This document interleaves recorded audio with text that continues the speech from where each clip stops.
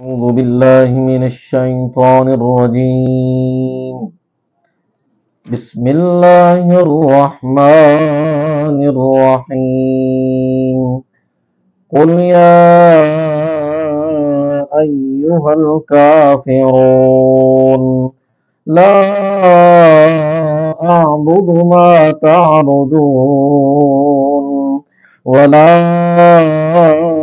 أنتم عابدون ما أعبد ولا أنا عابد ما عبدتم ولا أنتم عابدون ما أعبد لكم دينكم ولي دين. صدق اللہ العظیم. میں نے آپ کے سامنے سورۃ الکافرون تلاوت کی ہے. یہ چھوٹی سی سورت 30ویں پارے میں موجود ہے. یہ سورت مکی سورت ہے. چونکہ یہ مکہ میں نازل ہوئی اس لیے یہ مکی سورت کہلاتی ہے.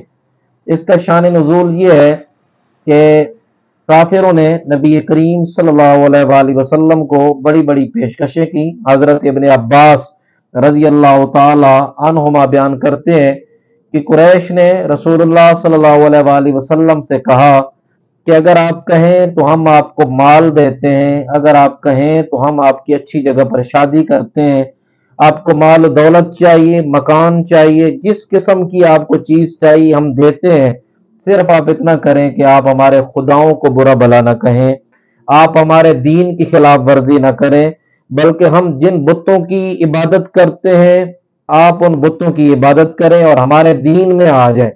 اگر اتنا نہیں کر سکتے تو کم از کم خاموش رہیں، ہمارے خداؤں کو برا بھلا نہ کہیں.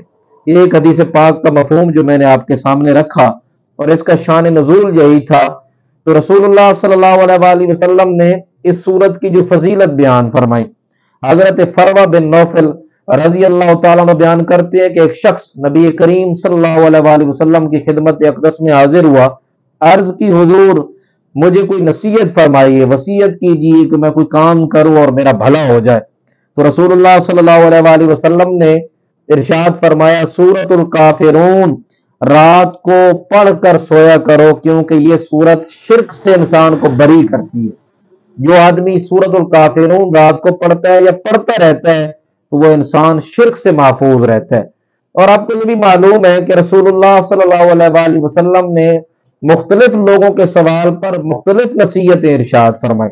اس کی وجہ یہ تھی کہ آپ صلی اللہ علیہ وآلہ وسلم کی وہ جو نظر غیب جو اللہ تعالیٰ نے ان کو علم غیب عطا کیا تھا، جو وہ آپ صلی اللہ علیہ وسلم کو وہ جو دل پر رکھنے والی نظر جو عطا کی تھی، آپ صلی اللہ علیہ وآلہ وسلم یہ دیکھتے کہ یہ آدمی ہو سکتا ہے کہ شرک میں مبتلا ہو جائے، یہ آدمی جھوٹ میں مبتلا ہو جائے، ہو سکتا ہے یہ آدمی جو ہے وہ بے نمازی ہو جائے. کوئی آدمی آیا اس نے کہا جی مجھے آپ نصیحت فرمائے، حضور نے فرمایا نماز پڑھا کر. کسی کو کہا حضور نے فرمایا کہ سچ بولا کر. کسی کو کہا کہ ناپ تول میں کمی نہ کیا کر کے برابر برابر تولا کر. تو یہ صحابی آئے تو حضور نے فرمایا سورۃ الکافرون پڑھ کے سویا کر، اس سے انسان شرک سے محفوظ رہتا ہے.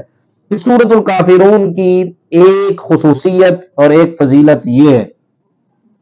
اس کے علاوہ میں نے آپ کے سامنے پہلے عرض کر دیا کہ اس کو پڑھنے والا انسان شرک سے محفوظ رہتا ہے. اور اس صورت کے اندر اللہ تعالیٰ نے مکمل طور پر اپنے پیارے نبی صلی اللہ علیہ وآلہ وسلم کو فرمایا اور واضح کر دیا کہ کافروں کو سیدھا سیدھا بول دے کہ تم اگر ہماری طرف نہیں آ سکتے تو ہم تمہارا دین قبول کرنے والے نہیں ہیں. اور اس کا ترجمہ کچھ یوں ہے، قل فرما دیجئے یا ایھا الکافرون اے کافرو. اب یہ جو کل ہے اس کے بارے میں امام فخر الدین رازی رحمت اللہ علیہ نے اس کو تھوڑا کھول کر بیان کیا. فرمایا کہ یہ کل لگانے کی وجہ کیا ہے. اللہ تعالیٰ یہ بھی کہتا، یعنی آپ صلی اللہ علیہ وسلم کو کہے محبوب تو کہہ دے کہ یا ایھا الکافرون، یعنی اپنی طرف سے بول اے کافروں. تو اللہ تعالیٰ نے فرمایا کہ میں یعنی کہہ رہا ہوں قل یا ایھا الکافرون، بول دے اے کافروں. تو یہ کل جو لگانے کی وجہ ہے، یعنی تو اپنی طرف سے نہ بول بلکہ میں بول رہا ہوں کہ اے کافرو. قل کا مطلب یہ ہوا کہ اللہ تعالیٰ فرما رہا ہے. اب آپ صلی اللہ علیہ وسلم خود بھی کہہ سکتے تھے. اصل میں اللہ تعالیٰ نے اپنے محبوب صلی اللہ علیہ وآلہ وسلم کو وما ارسلنا کا इल्ला रहमतल लिल आलमीन का ताज पहना कर भेजा। आप सल्लल्लाहु अलैहि वसल्लम को ये नसीहत की, अल्लाह ताला ने ये हुक्म फरमाया, उदु इला सबील रब्बिका बिल हिकमति वल मौइज़तिल हसनति वजादिलहुम बिल्लती ही ahsan। ऐ मेरे महबूब, लोगों को दीन की तबलीग करो, इस तरह बुलाओ अच्छे तरीके से, वाज़ और नसीहत के साथ, प्यार और मोहब्बत के साथ। आप सल्लल्लाहु अलैहि वसल्लम का ताज और आप सल्लल्लाहु अलैहि वसल्लम की शान ये है कि हुजूर जब भी किसी को बुलाते हैं प्यार और मोहब्बत से बुलाते हैं। तो महबूब, जब तू ये कहेगा सीधा कि या अय्युहल काफिरून, ऐ काफिरो, अगर इस तरह करके सीधा बोलेगा तो वो जो रहमत वाली वो कैफियत है वो कम हो जाएगी। काफिर समझेंगे अगर ये रहमतुल लिल आलमीन नबी है तो ये तो सख्ती में हमें बोल रहा है काफिरो। और काफिर बोलना और किसी को सीधा काफिर कहना ये कोई ज्यादा अच्छी बात नहीं है। तो अल्लाह रब्बुल आलमीन ने अपने महबूब को फरमाया, कुल या अय्युहल काफिरून, ए महबूब मैंने तुझे रहमतुल लिल आलमीन बनाया है, तू बोल दे, क्योंकि मैं जब्बार भी हूं, मैं कहार भी हूं। जहां पर मैं रहीम हूं, करीम हूं, मेहरबान हूं, वहां पर मेरी एक सिफ्त है जब्बार, कहार। और मैं जब अपने जलाल में आता हूं तो बड़े बड़ों के जो है वो गुस्से और उनकी जो हैबत है वो उनकी निकाल कर रख देता हूं। इसलिए तू बोल या अय्युहल काफिरून, ऐ काफिरो। या अल्लाह क्या बोलूं? फरमाया ला आबुदु, मैं इबादत करने वाला नहीं हूं, मा ताबुदून, ऐ काफिरो जिनकी तुम इबादत करते हो, वला अंतुम आबिदून मा आबुद, और ना ही तुम इबादत करने वाले हो जिसकी मैं इबादत करता हूं। क्योंकि नजर आ रहा है आप सल्लल्लाहु अलैहि वसल्लम ने काफिरों के सामने सूरज को वापस बुलाया, चांद के दो टुकड़े करके दिखाए अल्लाह के हुक्म से, कंकरियों को कलमा पढ़ाया, दरख्तों को चलाया, बड़े बड़े आप सल्लल्लाहु अलैहि वसल्लम ने मौजज़ात जो है वो करके दिखाए। वो किसी शायर ने कहा ना कि सर से लेकर पांव तक तनवीर ही तनवीर है, जैसे मुंह से बोलती कुरान की तफसीर है, सोचती तो होगी दुनिया मुस्तफा को देखकर, वो मुसव्विर कैसा होगा जिसकी ये तस्वीर है। अब देखने वाले जो अबू बकर सिद्दीक रज़ी अल्लाह तआला अन्हु की तरफ जो नजर से थे वो तो इस्लाम ले आए, लेकिन आप सल्लल्लाहु अलैहि वसल्लम ने काफिरों को देखा कि ये ईमान लाने वाले नहीं है, तो कुरान ने क्या कहा, वला अंतुम आबिदून मा आबुद, और तुम इबादत करने वाले नहीं हो जिसकी मैं इबादत करता हूं, वला अना आबिदुम मा अबदतुम, फिर सुन लो, ना ही मैं इबादत करने वाला हूं जिसकी तुम इबादत करते हो। फिर दोबारा वला अंतुम आबिदून मा आबुद, और ना ही तुम इबादत करने वाले हो जिसकी मैं इबादत करता हूं।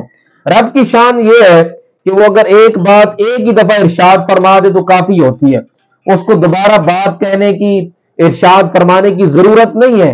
लेकिन जब दोबारा अल्लाह ताला किसी बात को रिपीट करता है तो इसका मतलब ये होता है कि ये एक सख्त बात है और इसमें कोई गुंजाइश नहीं है, किसी सोचने की भी एक जरा बराबर भी गुंजाइश नहीं है कि हम उनका दीन मान जाएंगे। आगे क्या फरमाया, लकुम दीनुकुम वलिय दीन, तुम्हारे लिए तुम्हारा दीन, मेरे लिए मेरा दीन। आज हम दीन के मामले में थोड़ा सा नरमी दिखा जाते हैं। खैर है यार, अगर हम थोड़ा सा उनके साथ घोल मिल जाएंगे, यहूद और नसारा की कोई चीज अगर हम कबूल कर लेंगे, उनके दीन के साथ अगर हम थोड़ा सा मिल जाए, बहुत सारी ऐसी चीजें हमारे हुक्मरान देख लें, एज ए कौम अगर हम देख लें तो हम उनसे बड़े मुतासिर हैं बहुत सारी चीजों से।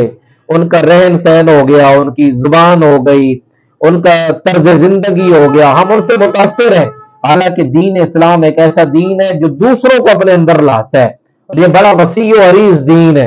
हम एक तरफ तो कहते हैं कि हम जिस दीन में है बहुत, उसके अंदर बहुत कुछ शामिल है, लेकिन हम दूसरी तरफ अगर हम एज ए कौम देखें और अपने अंदर अगर झांक कर देखें तो हम काफिरों को बहुत ज्यादा फॉलो करते हैं, यहूद नसारा को फॉलो कर रहे हैं।